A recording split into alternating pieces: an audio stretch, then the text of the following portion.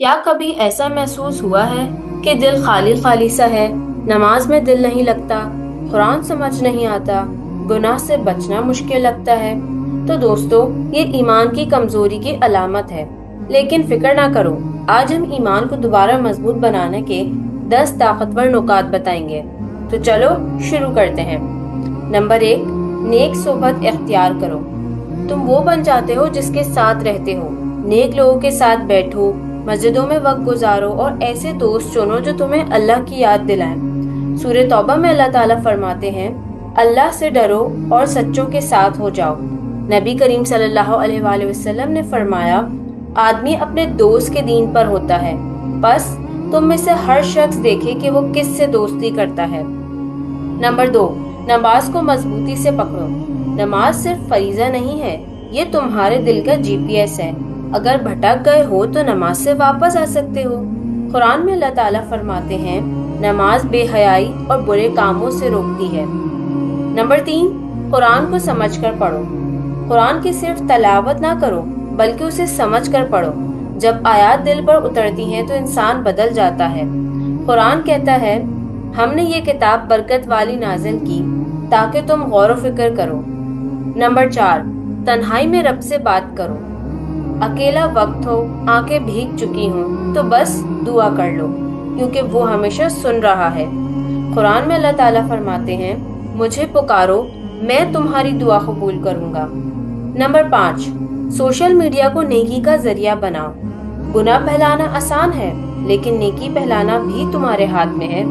हदीस में आता है, नेकी की तरफ रहनुमाई करने वाले को भी उतना ही अजर मिलता है जितना उस पर अमल करने वाले को। नंबर 6, सुन्नत नबी सल्लल्लाहु अलैहि वसल्लम पर अमल करो। रोजमर्रा की सुन्नतें जैसे सलाम करना, मुस्कुराना, दाया हाथ पहले इस्तेमाल करना, ये सब तुम्हारे ईमान को जगा देंगी। हदीस में आता है, जिससे मेरी सुन्नत जिंदा की वो जन्नत में मेरे साथ होगा। नंबर 7, इल्म दीन हासिल करो। इल्म जितना बढ़ता है, ईमान उतना पुख्ता होता है। इस्लामी लेक्चर्स, किताबें, स्कॉलर्स सब तुम्हारे हाथ में हैं। हदीस में आता है, जो इल्म के रास्ते पर चला, अल्लाह उसके लिए जन्नत का रास्ता आसान करता है। नंबर 8, खुद से रोज मुहासबा। खुद से सवाल करो, क्या आज का दिन अल्लाह को पसंद आया? ये सवाली लम्हा तुम्हारे ईमान का आईना है। ये एक सवाल तुमको बहुत कुछ बदलने पर मजबूर कर देगा। हजरत उमर रजी अल्लाह ताला अन्हा फरमाते हैं, अपना मुहासबा करो, खबल इसके कि तुम्हारा मुहासबा किया जाए। नंबर 9, जिक्र इलाही करो। अल्लाह का जिक्र दिल को सुकून देता है, और दिल जब जिंदा हो तो ईमान जागता है। कुरान में अल्लाह ताला फरमाते हैं, दिलों को सुकून अल्लाह के जिक्र से मिलता है। नंबर 10, नफ्स से जिहाद करो। नफ्स हमेशा आसान, लज्जत भरी और अक्सर गुनाह आलूद राहों की तरफ माइल करता है। जब कोई नौजवान अपनी ख्वाहिशात पर काबू पाता है, तो वो दरअसल अल्लाह की रजा को अपनी ख्वाहिश पर तरजीह देता है। ये तरजीह ईमान की गहराई को जाहिर करती है। कुरान में अल्लाह ताला फरमाते हैं, जिसने नफ्स को रोका उसके लिए जन्नत है।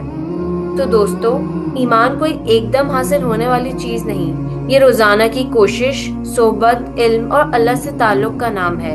इन 10 रास्तों को अपना लो और देखो कि कैसे दिल अल्लाह की तरफ माइल होता है और ईमान रोशनी बनकर तुम्हारे अंदर उतरता है।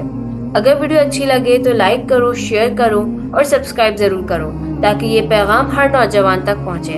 अल्लाह हमें ईमान की रोशनी अता फरमाए। आमीन।